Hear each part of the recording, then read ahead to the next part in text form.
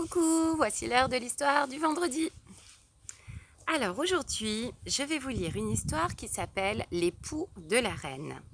Comme son titre l'indique, c'est l'histoire d'une reine qui se retrouve la tête remplie de poux. Elle demande à son chambellan, c'est-à-dire le monsieur à son service, d'examiner sa tête.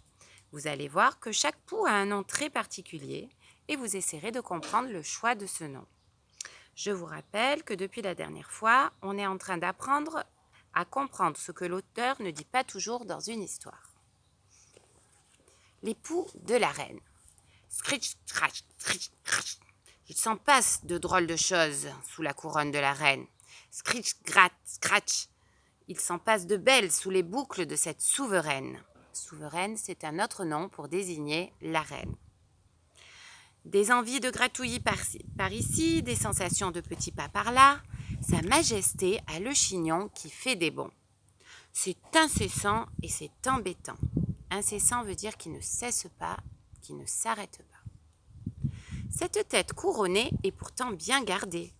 Qui a osé rentrer sans être invité? À votre avis, qui est-ce? Eh oui, ce sont les poux, on le sait grâce au titre. Des poux! Le chambellan s'approche de la tête royale, armé d'une grosse loupe.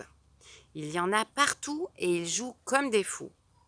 Perché sur la couronne, Poufort, le guerrier courageux, qui n'a peur de personne, fait les 100 pas et demande « Qui va là ?» Pourquoi ce pou s'appelle-t-il Poufort à votre avis? Oui, parce qu'il est fort et c'est un guerrier. Il est perché sur la couronne comme s'il montait la garde sur la tour d'un château fort. Et il n'a peur de personne. Le chambellan ne répond pas.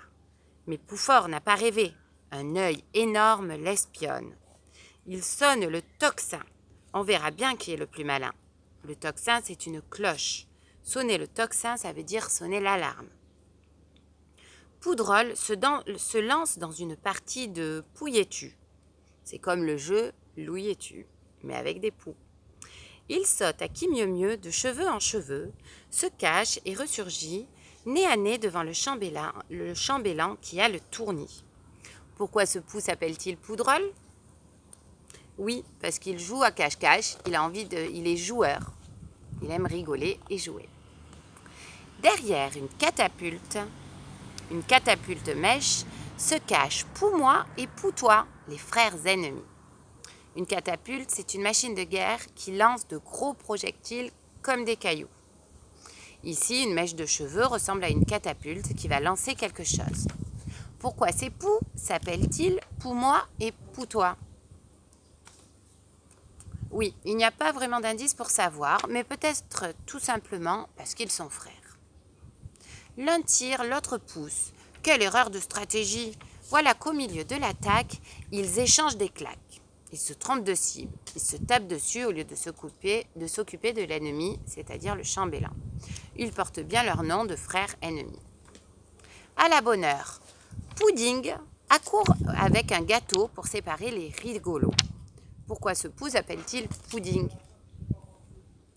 Oui, c'est peut-être un peu difficile à savoir, mais le pudding, c'est un gâteau anglais. Il y a un jeu de mots en fait. Et donc, Pudding amène un gâteau pour séparer les frères ennemis.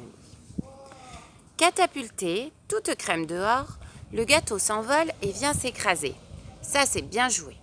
Sur l'œil affolé du curieux culotté.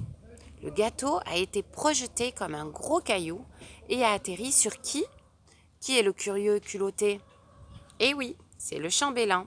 Il est appelé curieux parce qu'il espionne les poux avec une loupe. Et culotté parce qu'il est sans gêne du point de vue des poux. Et voilà que Poussé ramasse quelques miettes qu'il pourra toujours semer au cas où il se perdrait. Pourquoi ce pou s'appelle-t-il Poussé? Et oui, là aussi, il y a un jeu de mots. Il ramasse des miettes pour les semer au cas où il se perdrait, comme le petit Poussé. La jolie poubelle se moque de toute cette agitation. Elle a bien d'autres ambitions. La coquette trouve cet œil extra pour présenter son opéra. Enroulée dans les boucles, elle joue les divas. Le chambellan n'en revient pas. Une diva, c'est une chanteuse d'opéra célèbre. Pourquoi ce pou s'appelle-t-il poubelle? Oui, il faut faire attention et ne pas confondre avec une poubelle. Il n'y a aucun indice qui nous fait penser à une poubelle. En revanche, on a des indices qui montrent qu'elle fait sa belle devant le chambellan. Donc poubelle, ici, c'est tout simplement parce qu'elle est belle. L'auteur a fait un jeu de mots. Bref, de faribole en farandole, les poux rigolent. Les fariboles, ce sont des bêtises. Les poux disent des tas de bêtises et se font des blagues. Et ils s'amusent en faisant la farandole, c'est-à-dire qu'ils dansent en file en se tenant la main. Et la reine devient folle. On ne s'entend plus. J'exige qu'on arrête ce raffut. Raffut, on l'avait déjà rencontré dans Le Loup et la Mésange. Du raffut, ça veut dire du vacarme, du bruit, de l'agitation. Pour ramener le calme au palais, le chambellan a enfin une idée. Aussitôt dit, aussitôt fait. Dans un nuage de poudre fine, les poux s'envolent et atterrissent sur une nouvelle tête. Scritch, gratte, crash, crash. L'aventure continue. Faites passer. Quelle est l'idée du chambellan, à votre avis? Et où sont allés les poux? Oui, il a propulsé du produit sur les poux qui se sont enfuis et sont allés sur une autre tête. Et vous, est-ce que vous avez déjà eu des poux? Et comment faites-vous pour vous en débarrasser? Et voilà pour l'histoire d'aujourd'hui. Et vous avez aussi l'affiche à faire sur le Padlet. Je vous souhaite une bonne journée et un bon week-end. Bisous, bisous.